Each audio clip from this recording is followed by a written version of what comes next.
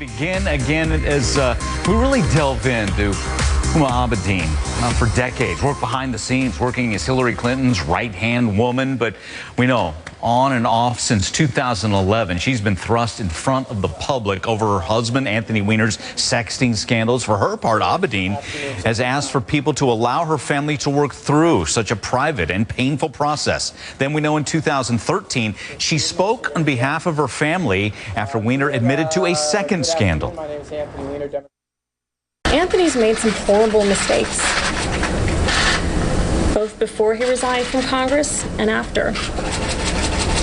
But I do very strongly believe that that is between us. So really what I want to say is, I love him, I have forgiven him, I believe in him, and as we have said from the beginning, we are moving forward.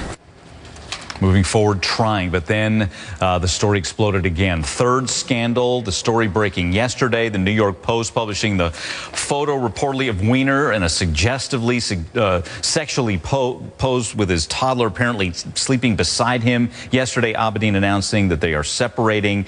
People seem to be more than eager to share their opinions about her decision. And one of those people, Donald Trump, weighing in. Here's a statement. He writes that Huma's making a very wise decision. I know Anthony Weiner well, and she will be better off without him. He goes on to say, I only worry for the country and that Hillary Clinton was careless and negligent in allowing Weiner to have such close proximity to highly classified information. So getting the politics in there as well. But politics aside, we welcome in psychotherapist Robi Ludwig. She's author of the book, Your Best Age Now, does family therapy as well. So let's talk about this, because a lot of couples go through painful breakups. But when it's public like this, how does that change the equation? Well, it makes the humiliation factor that much greater, because when you have privacy, you can just deal with it with your partner and yourself, and you don't need to have other people weighing in such a public way. But when there's fame, it just increases everything. And so one has to worry about their job, how they're perceived, and it probably also influences how one sees their partner. And let's talk about how Huma Abedin is being seen, because many quickly jumping in, basically saying, finally, she's leaving him. I think that's unfair in a sense. I'll just throw that out there. What is wrong with forgiveness and trying again? He didn't take advantage of it. I'm in agreement with you. I think Huma should have been given a lot of credit for trying to work through this issue. Her husband has a problem. She has children with him. There's a family there. Why wouldn't anybody want to try to work through a relationship and try and salvage it? And then if it can't be saved, well, then you've done everything you can to try to, save the relationship, and you can move forward, I think, with a better sense of consciousness. You can just say, I tried everything and it's just sadly didn't work out. So I think she deserves credit here. She's done nothing wrong. This is not about anything she's done or not done as a wife. Clearly, she was married to a man who has a compulsion that he can't stop himself. Yeah, it sure certainly seems that way. Talk about how much are the odds stacked against a couple? And again, this one's public, but when you have an indiscretion like that, and then you try, and then a second time. In working with couples, what do you see? Well, in some cases, it can be very positive. It's usually this kind of indiscretion is a sign that something is wrong.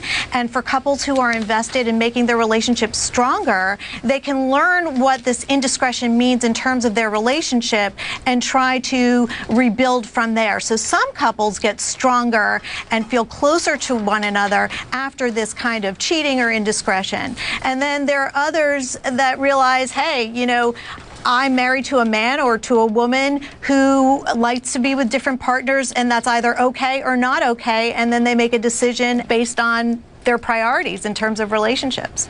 Yeah, and so many just astonished by what, again, apparently it's his toddler son is next to him. That's such another level. What's your take on that?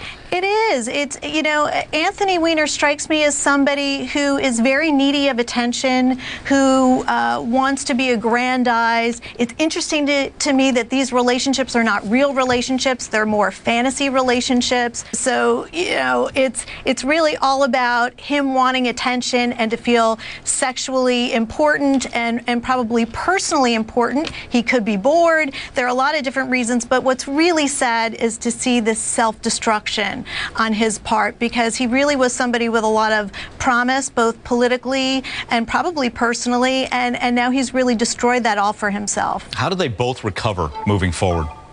Well, I think for Anthony, he needs to ask himself how he got into this situation and what he wants to do, if anything, to turn things around. Has he hit his rock bottom?